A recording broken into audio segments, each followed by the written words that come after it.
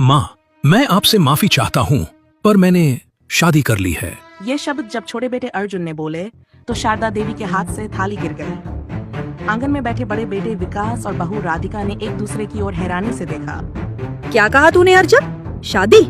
जी माँ, मैंने सुहानी से कोर्ट मैरिज की है। शारदा देवी ने एक गहरी सांस ली, फिर कहा, मुझे ये बहू नहीं चाहिए।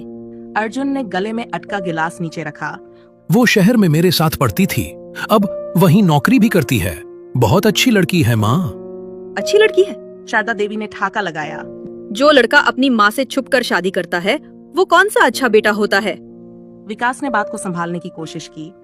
माँ, अर्जुन अब बड़ा हो गया है, उसने जो किया सोच समझकर किया होगा। चुप रह विकास। शारदा देवी की आवाज ऊंची हो गई। तेरी बहू राधिका जैसी होनी चाहिए थी नई बहू। सिर पर पल्लू, मीठी बोली और बड़े बुजुर्गों का लिहाज। ये सुहानी कौन सी फिल्म से आई है? राधिका चुप थी। उसने पल भर को अर्जुन की ओर देखा, फिर नजरें फेर ली। 3 दिन बाद सुहानी पहली बार उस घर में आई। गुलाबी साड़ी में, सजे बालों में गजरा और हाथों में हल्दी लगे चूड़े, लेकिन आंखों में डर और सम्मान दोनों साफ थे। प्रणाम माँ जी। उसने झुककर पैर छुए। शारदा देवी ने पैर पीछे खींच लिए। मैंने तुझे बहू माना ही नहीं, प्रणाम किसे कर रही है?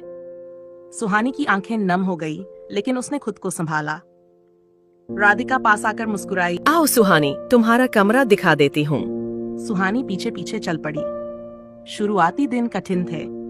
सुहानी चाहे जितनी भी कोशिश करती, शारदा देवी हमेशा कोई न कोई कमी निकाल ही लेती। देखो राधिका, ये कैसी चाय बनाती है। ऊपर से बोलने का ढंग देखो, जैसे कोई लेक्चर दे रही हो। अरे ये सब्जी में क्या मसाले डाले हैं? गांव की रसोई है या किसी होटल की? राधिका, तुझे मैंने बहू बनाकर सही किया। ये तो अर्जुन की गलती है, तुझसे पूछना भी नहीं चाहा। सुहानी सब कुछ चुपचाप सुनती, कभी पलटकर कुछ नहीं कहती। अर्जुन उससे रोज पूछता, तू ठीक है ना? वो मुस्कुरा देती, हाँ मैं ठीक हूँ। मगर उसकी मुस्कान में कुछ टूटे सपनों की परछाइयां होती। एक दिन गांव में स्कूल का वार्षिक समारोह था। अर्जुन शहर वापस जा चुका था। सुहानी ने देखा कि बच्चे नाच गाने के अभ्यास कर रहे हैं, पर मंच सजाने वाला कोई नहीं था। वो तुरंत आगे आई और कहा, मैं सजावट में मदद कर सकती हूँ। गांव की महिलाएं पहले तो हिचकिचाई, फिर बोली, ठीक है बहू, देख लेते हैं क्या कर सकती हो।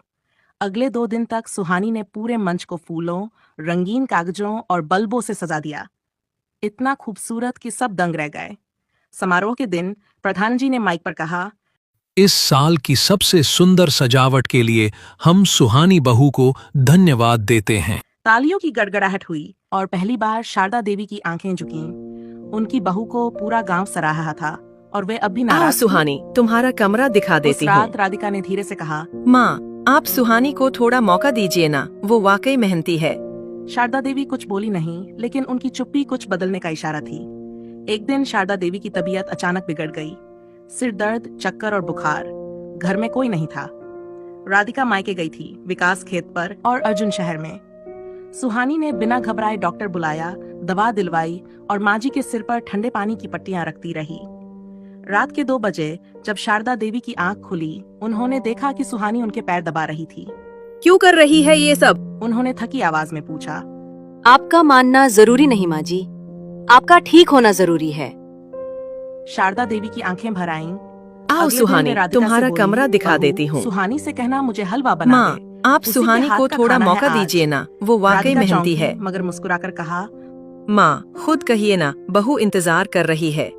शारदा देवी आंगन तक आई और पहली बार खुद सुहानी से बोली। बहू, थोड़ा हलवा बनेगा क्या? सुहानी के चेहरे पर एक पल को आश्चर्य, फिर मुस्कान, फिर आंसू और फिर सिर झुकाकर जवाब, अभी बनाती हूँ माँ जी। उस दिन के बाद घर में बहुत कुछ बदल गया। शारदा देवी ने सबके सामने सुहानी की तारीफ की। मेरी बहू पढ़ी लिखी है, स्मार्ट है, लेकिन उससे भी ज्यादा दिल की साफ है। अर्जुन ने गलत नहीं किया। गांव में जब कोई महिला कहती, अरे बहन सुहानी बहू तो शहर वाली है, तो शारदा देवी गर्व से कहती, हाँ है तो शहर वाली, पर संस्कार देखो, गजब की है। राधिका और सुहानी अब सगी बहनों जैसी रहने लगी। दोनों सुबह साथ रसोई में जाती, बच्चों को पढ़ाती और साथ में घर की जिम्मेदारी बांटती। अर्जुन जब 2 महीने बाद लौटा तो देखा सुहानी माँ जी की गोदी में सिर रखकर बैठी है और माँ जी उसके सिर पर हाथ फेर रही हैं।